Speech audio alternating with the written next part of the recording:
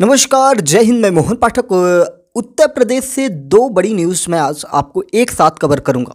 शायद सेशन ज़्यादा लंबा भी हो सकता है, लेकिन चीज़ें बहुत ही महत्वपूर्ण हैं। आज हम जानेंगे आईपीएस इल्मा अफरोज के बारे में, जिनकी चर्चा उत्तर प्रदेश के उपचुनाव में हो रही है। साथ ही साथ ये भी जानेंगे कि सुप्रीम कोर्ट ने किस प्रकार से उत्तर प्रदेश सरकार को कहीं ना कहीं फटकार लगाई है और उनके द्वारा जो बुलडोज़र इस्तेमाल किया जा रहा था। जैसे कि आप जानते हैं कि योगी आदित्यनाथ जी को बुलडोज़र बाबा के नाम से संबोधित किया जाता है और कहीं ना कहीं सेलिब्रेट करते हैं बुलडोज़र के नाम पे। और कहीं ना कहीं उत्तर प्रदेश जैसे उस प्रदेश में जहां देश की सबसे बड़ी आबादी रहती है, देश के सबसे बड़े राज्यों में से एक है, सबसे ज़्यादा लोकसभा सीटें हैं, तो ऐसे में उत्तर प्रदेश में चीज़ें जो होती हैं कंट्रोल करने के लिए योगी आदित्यनाथ की सरकार जो है उनके द्वारा बुलडोज़र चलवाया जाता था। जैसे कोई अपराधी है तो उसके घर को बुलडोज कर दिया जाता था, यानी कि भय बनाने के लिए कि कोई अपराध ना करें। खैर, अपराध तो काफ़ी हद तक नियंत्रित है, लेकिन अपराध समाप्त नहीं हुए हैं। उन्हीं चीज़ों को लेकर कई लोग सुप्रीम कोर्ट के शरण में गए थे और अब एक बड़ा फैसला आया। क्या फैसला आया है कि बुलडोज़र चलेगा या नहीं चलेगा, क्या दोषियों पर जो बुलडोज़र चले हैं तो क्या उसका मुआवजा उनको मिलने वाला है, सब कुछ डिटेल में बताएंगे। लेकिन सबसे पहले जान लेते हैं उत्तर प्रदेश के उपचुनाव में हिमाचल की लेडी आईपीएस इल्मा अफरोज का जो मुद्दा बना हुआ है, इसे मुद्दा बनाया है भाजपा ने। भाजपा के एक प्रत्याशी हैं जिनके द्वारा इसको भुनाने की कोशिश की जा रही है, यानी कि अब इन प्रत्याशी महोदय के द्वारा ये दिखाने की कोशिश हो रही है कि भाजपा को भले ही मुसलमान वोट ना दे, लेकिन मुस्लिम महिला हो या मुसलमान हो, उनके लिए भारतीय जनता पार्टी हमेशा साथ में खड़ी है, वोट मिले या ना मिले। सारी चीज़ें अब सामने आ चुकी हैं। मामला है हिमाचल की जो लेडी आईपीएस है इल्मा अफरोज, उनको हिमाचल सरकार ने वहाँ के कांग्रेस विधायक से विवाद के बाद लंबी छुट्टी पर भेज दिया है। यानी कि कांग्रेस सरकार शासित, जो कांग्रेस मुसलमानों को अपने आप को हितैषी कहती है, उसी कांग्रेस सरकार द्वारा उसके विधायक का अगर चालान काट दिया गया है तो उसका बदला लेने के लिए उनको उनके पद से ही हटाकर छुट्टी पर भेज दिया गया है। क्या है पूरा मामला, पहले इस घटनाक्रम को जानते हैं, फिर आगे की कहानी को समझने की कोशिश करते हैं। इल्मा मुरादाबाद के कुंदरकी की रहने वाली है और इस वक्त वह अपने पैतृक आवास पर आई हुई है। कुंदरकी में उपचुनाव है, 5 दिन बाद वोटिंग है। राजनीतिक पार्टियों के लिए लोग उनसे मिलने जा रहे हैं, उन्हें सांत्वना देने जा रहे हैं या एक तरह से उनके प्रति सहानुभूति करने जा रहे हैं। समानुभूति तो कोई करता नहीं कि उसको महसूस हो कि क्या बीत रही हो, सब सहानुभूति दिखाते हैं, जबकि साइकोलॉजी में सहानुभूति को निगेटिव माना गया है। समानुभूति यानी कि उनके साथ क्या बीत रही है वैसा अपने ऊपर जब लेंगे तब चीज़ें स्पष्ट होती हैं। इसी चीज़ को भुनाने पहुंचे भाजपा प्रत्याशी रामवीर सिंह ने इल्मा का अब खुला समर्थन कर दिया। उन्होंने कहा कि इल्मा को हम पूरा अपना समर्थन दे रहे हैं, वह इल्मा को चुनावी मुद्दा बनाने में भी लगे हुए हैं। उन्होंने कहा कि हिमाचल सरकार ने लेडी अफसर का अपमान किया है। सपा कांग्रेस मुस्लिमों की भावनाओं से खेल रही है, सिर्फ इनको वोट लेने से मतलब है और उनसे कैसे रहना है, क्या करना है, उसका ख्याल नहीं रखा जा रहा है। मुस्लिम बहुल कुंदरकी, जो कुंदरकी है वहाँ पे मुसलमानों की संख्या ज़्यादा है और इस सीट पर जीत के लिए रामवीर पूरी तरह से मुस्लिम वोटर्स पर निर्भर है। ऐसे में उन्होंने इल्मा का समर्थन करके मुस्लिम कार्ड चला हुआ है। इससे पहले मुस्लिम वोटर्स को साधने के लिए रामवीर जालीदार टोपी और अरबी रुमाल भी पहन चुके हैं। रामवीर के बाद मुरादाबाद के पूर्व सपा सांसद डॉक्टर एसटी हसन ने भी इल्मा का समर्थन किया हुआ है। यही नहीं, सोशल मीडिया पर भी 2017 बैच की आईपीएस इल्मा के समर्थन में कैंपेन भी चलाया जा रहा है। रामवीर ने अपने सोशल मीडिया पर लिखा, हिमाचल प्रदेश में कांग्रेस सरकार ने इल्मा अफरोज को कांग्रेस विधायक की पत्नी के वाहनों का चालान काटने पर लंबी छुट्टी पर भेजा है और ये काफ़ी चिंताजनक है। यह घटना दिखाती है कि सपा और कांग्रेस अपने स्वार्थ के लिए मुस्लिम समुदाय की भावनाओं से खिलवाड़ कर रहे हैं। कुंदरकी के लोग देख रहे हैं कि कांग्रेस और सपा गठबंधन सिर्फ दिखावे के लिए मुस्लिम समाज का समर्थन मांग रहे हैं, लेकिन वास्तव में एक मुस्लिम अधिकारी की जायज़ कार्रवाई तक को बर्दाश्त नहीं कर पा रहे हैं। वैसे आईपीएस के द्वारा अगर चालान या काटा गया है, जो भी किया गया कानून के दायरे में किया गया होगा, लेकिन भाई विधायक की पत्नी थी तो भाई दबदबा कायम रहे। उत्तर प्रदेश में एक गाना चलता है ना, दबदबा बना रहेगा, तो रील वगैरह आप देखते होंगे ना, तो उसमें हर रील में रखा है दबदबा बना रहेगा। सब लोग ही बाहुबली बनने की कोशिश करते हैं। तो इससे यह सवाल उठता है कि क्या सच में मुस्लिम समाज के हितैषी हैं या सिर्फ वोट बैंक की ये राजनीति कर रहे हैं। भाजपा का समर्थन करने वाले लोग जानते हैं कि भाजपा ऐसी पार्टी है जो सभी समुदाय का सम्मान करती है और कानून के प्रति निष्पक्षता बनाए रखती है। हालांकि भाजपा को पता है कि मुसलमान इनको वोट नहीं देते हैं, फिर भी मुसलमानों का कहीं ना कहीं ध्यान रखा है। आप देखेंगे जितनी भी सरकार की योजनाएं हैं उन योजनाओं में कोई पक्षपात नहीं किया जाता है। चाहे कोई भी योजना आप देखेंगे, जैसे आवास हो, पेंशन हो या राशन वितरण हो या और भी जो छोटी बड़ी योजनाएं होती हैं, उसका लाभ भारत के प्रत्येक नागरिक को मिलता है। अगर आप भारत के नागरिक हैं, चाहे किसी भी जाति, धर्म, लिंग, समुदाय से हैं, सबको समान रूप से मिलता है। और यही कहीं ना कहीं प्रधानमंत्री नरेंद्र मोदी का प्लस पॉइंट बनता है, जो चुनाव में उन्हें जिता देता है। इल्मा की छुट्टी शर्म की बात है। राहुल गांधी इसमें अपनी बात रखें और हिमाचल सरकार को फटकार लगाएं, ऐसा मुरादाबाद के पूर्व सांसद डॉक्टर एसटी हसन ने कहा है। उन्होंने इल्मा का सपोर्ट किया है। उन्होंने कहा कि इल्मा अफरोज को लंबी छुट्टी पर भेजना कांग्रेस सरकार के लिए शर्म की बात है। ये सपा के सांसद हैं और एक महिला अधिकारी जो अपनी ड्यूटी को सही ढंग से निभा रही थी, उसके खिलाफ कार्रवाई करके कांग्रेस सरकार ने गलत नज़ीर पेश की है। इस मामले में राहुल गांधी को दखल देना चाहिए और ऐसे में विधायक के खिलाफ कार्रवाई करनी चाहिए, जिन विधायक के द्वारा ये सारी चीज़ें की गई हैं। थोड़ा आपको बताएं कि इल्मा अफरोज है कौन। तो इल्मा अफरोज मुरादाबाद के कुंदरकी कस्बे की रहने वाली है। वह एक साधारण किसान परिवार से आती हैं। बचपन में ही उनके पिता की मौत हो गई थी। इल्मा ने माँ को पढ़ाया, इल्मा की माँ ने उनको पढ़ाया। माँ की मेहनत से ये आईपीएस बनी। उन्हीं की मेहनत से इल्मा दिल्ली के सेंट स्टीफेंस कॉलेज से ग्रेजुएट और लंदन की प्रतिष्ठित यूनिवर्सिटी ऑफ ऑक्सफोर्ड से पोस्ट ग्रेजुएट हुई है। 2017 में उनका चयन आईपीएस के लिए हुआ था। ट्रेनिंग के बाद उन्होंने हिमाचल प्रदेश कैडर जब उनको प्राप्त हुआ तो वहीं पर वो थीं। टकराव क्या हुआ, क्या मामला है, थोड़ा आपको जानने की कोशिश कराते हैं और जानने और समझने की कोशिश करना चाहते हैं कि मामला क्या था और किस प्रकार से मामला इनकी छुट्टी तक का नौबत आ जाता है। मीडिया रिपोर्ट्स में जो खबरें छपी हैं और कई सारी प्रिंट मीडिया हो, इलेक्ट्रॉनिक मीडिया हो, जहां से भी जो सोर्स मिले हैं उनके अगर हम दावों को देखें तो इसमें बताया जा रहा है कि ये घटना 7 जनवरी 2024 की है। इल्मा ने 7 जनवरी 2024 को हिमाचल के बद्दी जिले में एसपी का कार्यभार संभाला। अगस्त 2024 में उनका दून के विधायक राम कुमार चौधरी से टकराव शुरू हुआ। इल्मा ने अवैध खनन के आरोप में विधायक की पत्नी की गाड़ियों के चालान काट दिए। इससे विधायक नाराज हो गए। उन्होंने एसपी पर विधानसभा सत्र के दौरान गंभीर आरोप भी लगाए, उनका चरित्र हनन करने की कोशिश की। वहीं एसपी को विधानसभा के प्रिविलेज मोशन से विशेषाधिकार हनन का नोटिस भी दिलवाया था। इसके बाद 15 अगस्त के कार्यक्रम में एसपी इल्मा अफरोज नहीं पहुंची थी। इससे भी विधायक खासे नाराज हुए। इसके बाद जब प्रदेश के उद्योग मंत्री एसपी ऑफिस का दौरा करने गए तो विधायक उनके साथ नहीं गए। विधायक की पत्नी की गाड़ियों के चालान के बाद सरकार एसपी को ट्रांसफर करने की तैयारी में थी, लेकिन नालागढ़ के यौन शोषण के केस में हाईकोर्ट ने इल्मा को इसकी जाँच की जिम्मेदारी सौंप दी। हाईकोर्ट ने स्टेटस रिपोर्ट देने तक तबादले पर रोक लगा रखी थी। इस मामले में 30 नवंबर को कोर्ट में सुनवाई होनी है, इसलिए उनकी लंबी छुट्टी पर भेजा गया है। उनका ट्रांसफ़र नहीं किया जा सकता कानूनी रूप से, जो सुप्रीम कोर्ट का जो कोर्ट का आर्डर है, हाई कोर्ट के द्वारा जो आर्डर दिया गया।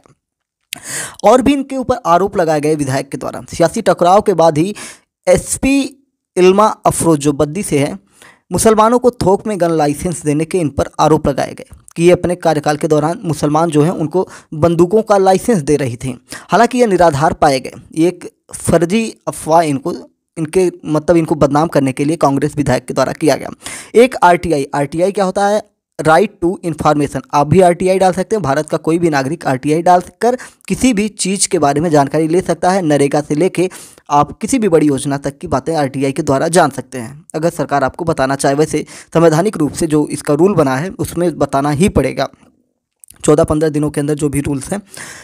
तो आरटीआई में ये बातें निकली। इससे खुलासा हुआ कि एसपी ने अपने करीब 9 महीने के कार्यकाल में मुस्लिम आवेदकों के केवल 2 गन लाइसेंस की पुलिस वेरिफिकेशन की है।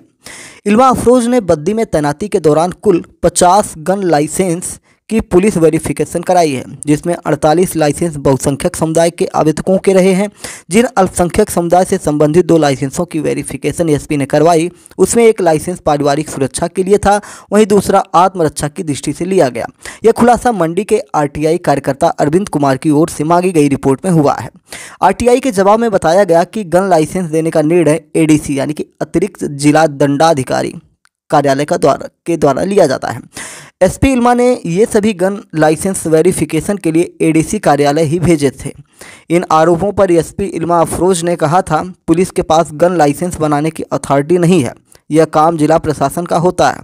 हमारे पास एसडीएम के माध्यम से जो गन लाइसेंस बनाने के लिए संबंधित आवेदन आते हैं, उनमें हम उम्मीदवार के चरित्र का सत्यापन कर जिलाधिकारी कार्यालय को भेज देते हैं। गन लाइसेंस देने या न देने में हमारी कोई भूमिका नहीं होती है। वहीं इल्मा अफरोज जब मुख्यमंत्री सुखविंदर सिंह सुक्खू की अध्यक्षता में एक मीटिंग में गई थी, तो यहाँ पे डीसी एसपी की मीटिंग में शामिल होने शिमला पहुंची थी।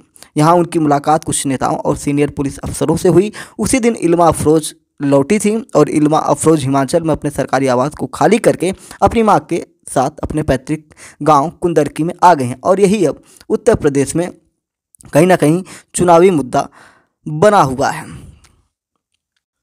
वहीं हिमाचल प्रदेश में एक बड़े घोटाले की बात सामने आई है। 13 नवंबर को कांग्रेस सरकार में बनाए गए 6 मुख्य संसदीय सचिव, जिन्हें सीपीएस के नाम से जाना जाता है, इसको हटाने का आदेश हिमाचल हाई कोर्ट ने जारी किया है। 13 नवंबर को हाई कोर्ट ने सीपीएस केस पर सुनवाई करते हुए ये फैसला सुनाया कि कोर्ट ने इनकी नियुक्तियों को असंवैधानिक बताते हुए ये कहा कि साल 2006 के सीपीएस एक्ट को निरस्त किया है हाई कोर्ट के द्वारा। इसके साथ ही सभी सीपीएस की सरकारी सुविधाएं तुरंत प्रभाव से वापस लेने के आदेश दिए।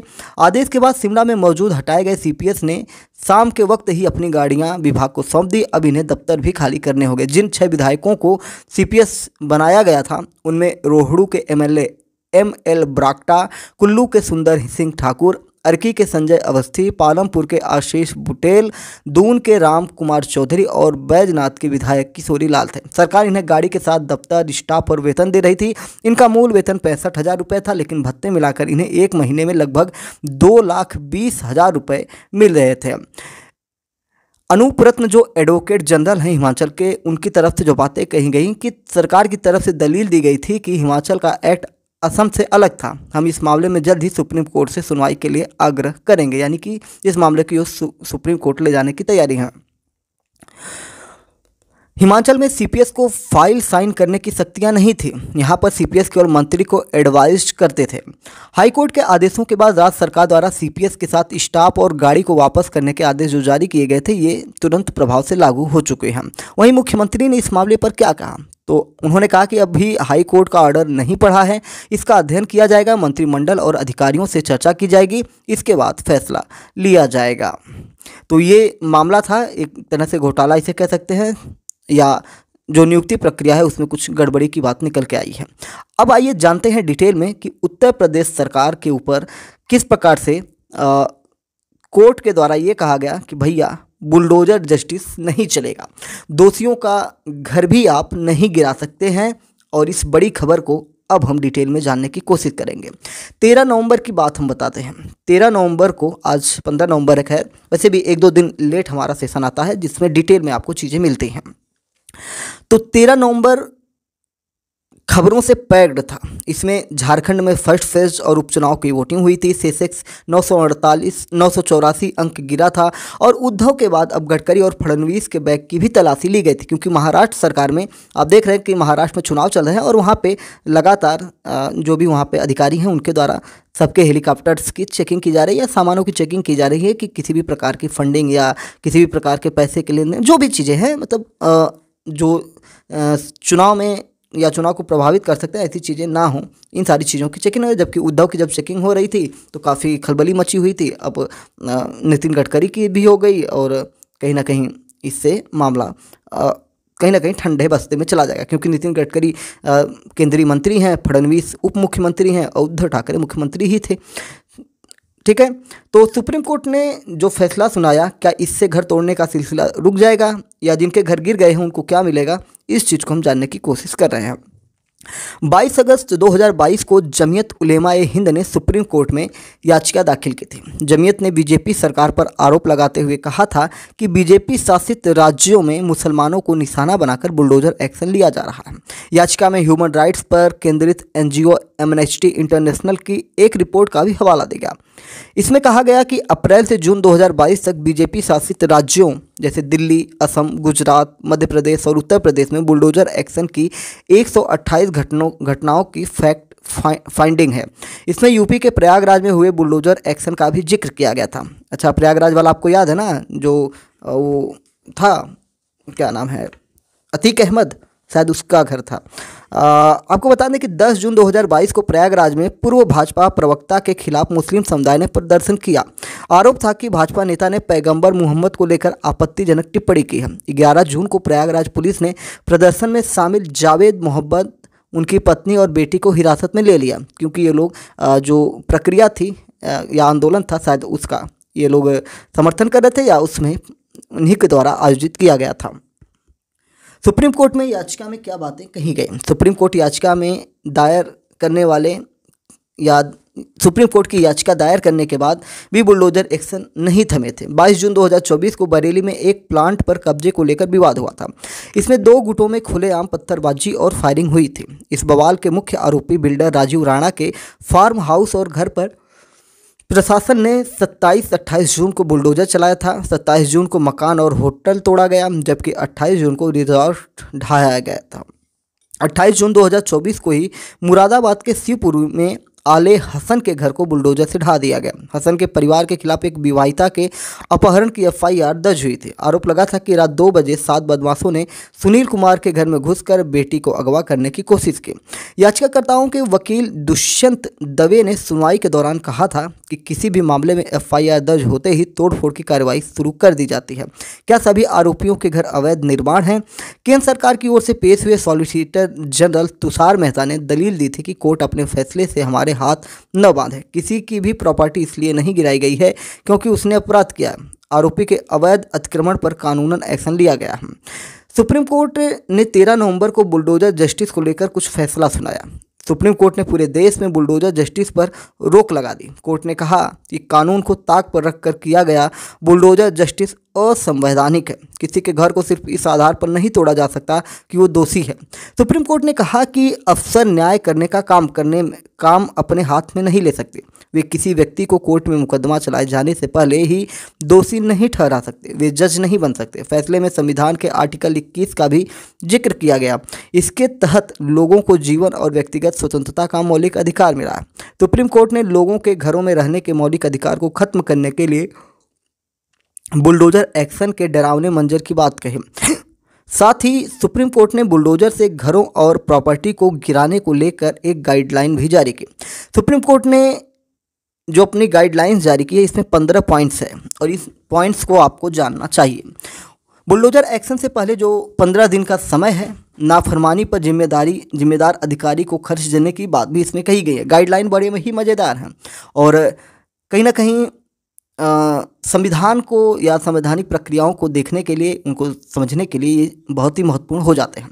इसमें कहा गया कि सो काज नोटिस, यानी कि सो काज नोटिस दिए बिना कोई तोड़फोड़ नहीं की जाएगी। डाक के जरिए प्रॉपर्टी के मालिक को नोटिस भेजा जाएगा और प्रॉपर्टी की दीवार पर भी चिपकाया जाएगा। नोटिस भेजने के बाद 15 दिन का समय दिया जाएगा। इसकी जानकारी कलेक्टर या डिस्ट्रिक्ट मजिस्ट्रेट को भी दी जाएगी। इसके बाद कार्रवाई पर नज़र रखने के लिए नोडल अधिकारी की भी तय होंगे। इस पूरी प्रोसेस के लिए एक डिजिटल पोर्टल बनाया जाए जिसमें कार्रवाई का एक नोटिस और ऑर्डर अपलोड किया जाए। व्यक्तिगत सुनवाई, यानी कि प्रॉपर्टी मालिक की बातें और तर्क तय अधिकारी सुनेंगे। इसकी रिकॉर्डिंग भी की जाएगी। इसके बाद फाइनल ऑर्डर जारी किया जाए जिसमें प्रॉपर्टी गिराने या न गिराने की वजहें शामिल हों। फाइनल ऑर्डर जारी होने के 15 दिन तक कोई कार्रवाई नहीं की जाएगी ताकि प्रॉपर्टी मालिक खुद उसे गिरा सके या हटा सके। इस दौरान प्रॉपर्टी मालिक फाइनल ऑर्डर के खिलाफ अपील भी कर सकते हैं। प्रॉपर्टी गिराने का प्रोसेस क्या होगा, ये भी ऑर्डर में लिखा गया। अगर प्रॉपर्टी मालिक की ओर से ऑर्डर पर स्टे नहीं लगाया जाता है तब बुलडोजर एक्शन लिया जाएगा। प्रॉपर्टी गिराने की वीडियोग्राफी की जाएगी। इस पूरी प्रोसेस का रिकॉर्ड तैयार किया जाएगा जिसे म्यूनिसिपल कमिश्नर को सौंपा जाएगा। इसे डिजिटल पोर्टल पर भी अपलोड किया जाएगा। गाइडलाइन की अवमानना पर क्या एक्शन होगा, ये भी इसमें लिखा गया। अगर प्रॉपर्टी गिराने की प्रोसेस में गाइडलाइंस में चूक हुई तो कोर्ट की अवमानना का केस चलाया जाएगा। गिराई गई प्रॉपर्टी को दोबारा बनवाने और मुआवजे का खर्च जिम्मेदार अधिकारी अपनी जेब से करेंगे। यानी कि अब अधिकारियों के द्वारा जो मनमाना किया जा रहा था, ये इन सब चीज़ों पर लगाम लगेगी। कहीं ना कहीं सरकार के आदेशों के आड़ में बहुत सारे लोगों को परेशान करने के लिए या उनसे धनुगाही के लिए भी अधिकारियों द्वारा ऐसा किया जा रहा था। ऐसे कई मामले सामने आए हैं, भले ही उन्हें मीडिया रिपोर्ट्स ना की हो या सरकार से छिपाया गया हो। इस फैसले के बाद पूरे देश में मनमाने और गलत तरीके से प्रॉपर्टी गिराने पर रोक लग गई है। सुप्रीम कोर्ट ने सभी राज्यों और केंद्र शासित प्रदेशों के मुख्य सचिवों और सभी हाई कोर्ट्स के रजिस्ट्रार जनरल को आदेश की कॉपी भेजने के लिए निर्देश दिए हैं। साथ ही सभी राज्य सरकारों को इसके बारे में नोटिस जारी करने के लिए भी कहा गया है। अब सुप्रीम कोर्ट के सीनियर एडवोकेट अश्विनी कुमार दुबे के अनुसार इन्होंने कहा कि अब सरकारें गलत तरीके से किसी भी मकान या प्रॉपर्टी को नहीं गिरा सकती। गाइडलाइन न मानने पर सुप्रीम कोर्ट इन पर एक्शन ले सकता है। हालांकि सुप्रीम कोर्ट ने पब्लिक प्लेस जैसे सड़क, गली, फुटपाथ, रेलवे लाइन या नदी में हुए अतिक्रमण को हटाने के लिए छूट दी है। ठीक है, तो फुटपाथ हुआ, सड़क हुआ, गली हुआ, रेलवे लाइन हुआ, तो जो मकान गिर रहे हैं वही गली वली का सरकार इसने छूट दी है, तो कहीं ना कहीं इसका लाभ योगी आदित्यनाथ तो उठा लेंगे, क्योंकि ज़्यादातर जो जैसे दंगा फसाद होता है तो गली में ही होता है, मार्केट में होता है, रोड पे ही होता है। तो इन सब मामलों में बुलडोज़र चलेगा और हमें लगता है कि बाबा का बुलडोज़र चलता रहेगा। जिस प्रकार से इस ऑर्डर में ये कहा गया है कि पब्लिक प्लेस, सड़क, गली, फुटपाथ, रेलवे लाइन, नदी में हुए अतिक्रमण, अभी देखिए नदी वाला अतिक्रमण लखनऊ में हटा था, पूरी 2000 रिहायशी इलाकों को हटा दिया गया, अब वो नदी दिखाई भी दे रही है। तो हमको नहीं लगता कि योगी आदित्यनाथ का बुलडोज़र रुकने वाला है, क्योंकि ये जो गाइडलाइन में इतनी चीज़ें लिखी हैं ना, ये इतना का फ़ायदा उठा लेंगे। सुप्रीम कोर्ट के फैसले के मुताबिक अगर अवैध तरीके से इमारत गिराई गई है तो अधिकारियों पर अवमानना की कार्रवाई की जाएगी। सरकारी अधिकारियों को अपनी मासिक तनख्वाह में से हर्जाना देना होगा। सीनियर एडवोकेट अश्विनी दुबे के अनुसार राज्य सरकारों द्वारा पहले जिन लोगों के घर गिरा दिए गए हैं वो लोग अब कोर्ट में जाकर केस दर्ज करा सकते हैं। पीड़ित परिवारों को कोर्ट में अपने घर गिराए जाने का प्रमाण पत्र देना होगा। साथ ही यह भी साबित करना होगा कि उनका घर अवैध निर्माण नहीं था। केस जीतने पर पीड़ितों को मुआवजा भी देने की बात कही गई। बुलडोजर एक्शन के खिलाफ याचिका लगाने वाले जमीयत उलेमा-ए हिंद ने आरोप लगाया था कि बीजेपी शासित राज्यों में मुसलमानों को निशाना बनाया जा रहा है और बुलडोजर एक्शन लिया जा रहा है। विपक्ष ने भी इस मुद्दे को खूब भुनाया था और आपने देखा होगा कि चुनाव में भी इसको बीजेपी के खिलाफ लिया गया था। वहीं योगी बाबा का तो आप देखते हैं उनकी रैलियों में बुलडोजर दिखाई देते हैं और बुलडोजर पर चढ़ के वो खुद प्रचार करते हुए उनके कार्यकर्ता नजर आते हैं और हेलीकॉप्टर से जब वो जा रहे थे तो बुलडोजर वो दिखाकर हंस भी रहे थे कि देखो वहाँ पे बुलडोजर भी खड़ा है। दरअसल उत्तर प्रदेश, मध्य प्रदेश, राजस्थान, हरियाणा, असम, दिल्ली जैसे राज्यों में सरकारें बुलडोजर एक्शन अपना रही थी। इसे लेकर राजनीति भी की जा रही थी। ऐसे में बुलडोजर एक्शन पर रोक लगने से पॉलिटिक्स पर भी असर पड़ेगा। बुलडोजर से लोगों के बीच बना डर कम होगा। बुलडोजर का इस्तेमाल राजनीतिक नाराजगी और बदले के लिए भी किया गया, जो अब कम होगा। अगर इसे योगी आदित्यनाथ से देखा जाए तो उनकी छवि पर इसका ज़्यादा असर नहीं होगा। हालांकि विपक्षी दल इसे अपने फेवर में देख सकते हैं। यानी कि जो बड़े बड़े एक्सपर्ट हैं वो भी ये मान रहे हैं कि योगी आदित्यनाथ के ऊपर इसका असर नहीं होने वाला, वो अपना उनका बुलडोजर चलता रहेगा। क्योंकि जो बातें मैंने पीछे बता दी हम। लखनऊ की बाबू बनारसी दास यूनिवर्सिटी में associate professor doctor Mulayam Singh बताते हैं कि सुप्रीम कोर्ट के इस फैसले से प्रशासन की दादागिरी थोड़ी कम हो जाएगी। दरअसल किसी का घर गिराना कोर्ट का काम है, न कि सरकार का। बुलडोजर एक्शन के कारण पहले लोग सरकार के खिलाफ बोलने से डरते थे, लेकिन अब ऐसा कम होगा। लोग खुलकर सरकार की मुखालफत कर सकेंगे। यानी कि तो मिला जुला के जो लोकतांत्रिक प्रक्रिया है उसमें ये चीज़ें निकल के आएंगी। मोटे तौर पर बुलडोजर एक्शन उत्तर प्रदेश की योगी सरकार के दौरान चर्चा में आया। पहले कार्यकाल में 13 से ज़्यादा बाहुबलियों के घर पर बुलडोजर चले। यानी कि योगी आदित्यनाथ का जो मामला थोड़ा सा अलग है। इन्होंने जो घर गिराए हैं इनमें बाहुबली हुए, हिस्ट्री सीटर हुए या दंगा करने वालों का जो स्पष्ट था, जो उसके नेतृत्व करता थे, उनके घर गिराए हैं। करीब 15,000 लोगों के खिलाफ गैंगस्टर और anti social activities prevention act के तहत मुकदमे दर्ज हुए हैं। कईयों के घरों पर बुलडोजर चला, तब बीजेपी ने इसे सुरक्षा अपराध मुक्त प्रदेश जैसी टैगलाइन से जोड़ा। लेकिन पूरे देश में बुलडोजर जस्टिस की खबर जुलाई 2020 में फैली, क्योंकि योगी का मॉडल लोगों ने अपनाना शुरू कर दिया। लोगों के राज्यों में इसकी मांग भी बढ़ती गई। 2 जुलाई की रात कानपुर के बिकरू गाँव में गैंगस्टर विकास दुबे ने 8 पुलिसकर्मियों की हत्या कर दी थी और उत्तर प्रदेश का यह सबसे बड़ा मामला पहली बार आया था और यही पहली बार कहीं ना कहीं इनकाउंटर भी शुरू हुआ था। पुलिस ने विकास दुबे गैंग को खत्म करने की ठान ली थी कि अब बेटा तुम बचोगे नहीं। 4 जुलाई को 4 बुलडोजर लगाकर विकास दुबे की अपराध से जुटाई गई संपत्ति घर, मकान, गाड़ी सब कुछ खत्म कर दिया गया। इस दौरान करीब 40 थानों के पुलिसकर्मियों के साथ यूपी के ADG law and order Prashant Kumar, SSP Kanpur Dinesh P, IG Kanpur JN Singh मौजूद रहे। इस नज़ारे को पूरे देश ने लाइव टीवी पर देखा और यहीं से पूरे देश ने बुलडोजर जस्टिस के बारे में जाना और योगी आदित्यनाथ की छवि कहीं ना कहीं एक दमदार नेता के रूप में उभरी। वहीं नहीं, विकास दुबे का इनकाउंटर भी किया गया और बहुत सारी चीज़ें की गई। और जहां आरोप लगाया जा रहा है कि मुसलमानों के ही ऊपर ऐसा एक्शन हो रहा है, तो कहीं ना कहीं इसको हम नकार रहे हैं, क्योंकि आप देखेंगे तो इनकाउंटर हो या बुलडोजर एक्शन हो, अपराधियों के ऊपर हुए हैं, चाहे वो किसी भी जाति धर्म का अपराधी हो, ये रिपोर्ट्स बताती हैं और आप खुद जानते हैं।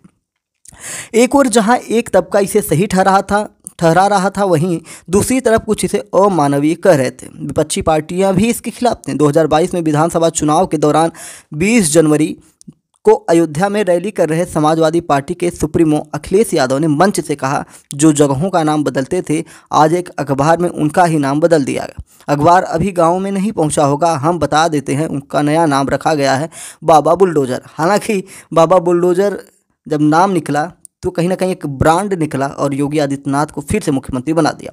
यहीं से योगी आदित्यनाथ का नाम बाबा बुलडोजर बन गया। 21 जनवरी 2020 को योगी ने कहा, बुलडोजर हाईवे भी बनाता है, बाढ़ रोकने का काम भी करता है, साथ ही माफिया से अवैध कब्जे को भी मुक्त करवाता है। और बीजेपी ने अपने फेवर में बुलडोजर जस्टिस का प्रचार करना शुरू कर दिया और सड़कों पर बीजेपी की रैलियों में बुलडोजर दिखाई पड़ने लगे। कुछ समय बाद मध्य प्रदेश, गुजरात, असम, दिल्ली, हरियाणा, बिहार जैसे राज्यों में भी बुलडोजर जस्टिस आपको दिखाई देने लगे थे। तो ये रही पूरी कहानी उत्तर प्रदेश की 2 बड़ी स्टोरीज जिनको हम लेकर आए उपचुनाव से जुड़ा हुआ, और सुप्रीम कोर्ट का जो ऑर्डर था, तो दोनों महत्वपूर्ण है। यानी कि सब मिला जुला कर बुलडोजर एक्शन पे लगाम तो लगेगा, लेकिन जिस प्रकार से गाइडलाइन हम देख रहे हैं उस हिसाब से योगी आदित्यनाथ के बुलडोजर पर बहुत ज़्यादा असर नहीं पड़ने वाला। जैसा कि आप देखेंगे कि कुछ ऐसे मामले थे जिनमें कहीं ना कहीं प्रतिशोध की भावना से कई राज्यों में बुलडोजर जस्टिस हुआ था। जैसे जब कांग्रेस की सरकार राजस्थान में थी पिछले साल, तो वहाँ पे भी एक मामला आया था जिसमें एक मंदिर को तोड़ दिया गया था। ऐसे ही बहुत सारे, दिल्ली में आपने देखा होगा कि मस्जिदों को तोड़ने के लिए उसके सीढ़ियों को तोड़ा गया। हालांकि सुप्रीम कोर्ट की गाइडलाइन के अनुसार उसको तोड़ा जा सकता था, क्योंकि सड़क पर सीढ़ियाँ बनाई गई थी। और भी बहुत सारे मामले ऐसे निकल के आए जिनमें बुलडोजर जस्टिस का कहीं ना कहीं आपने देखा होगा कि अभी जो हाथरस आई थिंक था, जहाँ पे अभी रामनवमी में हुआ था दंगा, वहाँ पे भी बुलडोजर चलने वाला ही था, लेकिन वहाँ पे भी रोक लगाई गई। तो जहाँ जहाँ रोकने का सिलसिला हुआ वहाँ वहाँ रोका गया, लेकिन बड़े बड़े अपराधियों का अगर बुलडोज किया जाता है तो कहीं ना कहीं इससे भले ही सुप्रीम कोर्ट नाराज़ हो, लेकिन जनता खुश होगी और इससे कहीं ना कहीं भय होगा। लेकिन सुप्रीम कोर्ट के आर्डर के बाद अब जनता थोड़ी सी राहत महसूस कर रही होगी, क्योंकि बोलने से पहले लोगों को ये लगता था कि कुछ भी खिलाफ बोले तो उनके ऊपर एक्शन हो सकता है। तो चलिए फिर मिलते हैं बड़ी अपडेट के साथ। चैनल पर नए हैं तो एमपीएस हिंदी को सब्सक्राइब करके daily current affairs, news analysis के लिए हमारे साथ जुड़ सकते हैं। जय हिंद, नमस्कार, भारत माता की जय। अपने विचारों को कमेंट बॉक्स में बता सकते हैं कि क्या बुलडोजर एक्शन हो या आईपीएस के साथ जो घटनाक्रम कांग्रेस के द्वारा की गई, कांग्रेस विधायक के द्वारा की गई, उनको घर भेज दिया गया, आज उनके नाम पर उत्तर प्रदेश में उपचुनाव हो रहा है, तो चीज़ें निकल के आनी चाहिए। खैर, कहा जाता है जो होता है अच्छे के लिए होता है। उनको तो आईपीएस से सस्पेंड किया नहीं जा सकता, ट्रांसफ़र हो सकता है, लेकिन उस घटना के बाद से वो अब देश की कहीं ना कहीं एक पावर लेडी के रूप में उभरेंगी। और जो नई युवा पीढ़ी है जो आईपीएस बनना चाहती है, उसको भी ये पता चलेगा कि जब आप सच का साथ देते हैं तो आपके ऊपर बहुत सारी मुसीबतें आती हैं, आपको अपने पद से भी हटाया जा सकता है। तो ये कहीं ना कहीं देखने वाली बात होगी कि आगे इसमें क्या होगा। खैर, उपचुनाव में जब इसका लाभ बीजेपी लेने की कोशिश कर रही है, सपा भी लेने की कोशिश कर रही है, तो इससे एक मैसेज निकल के जाएगा और शायद उनका ट्रांसफ़र भी रुक जाए। तो चलिए फिर मिलते हैं, बाय बाय।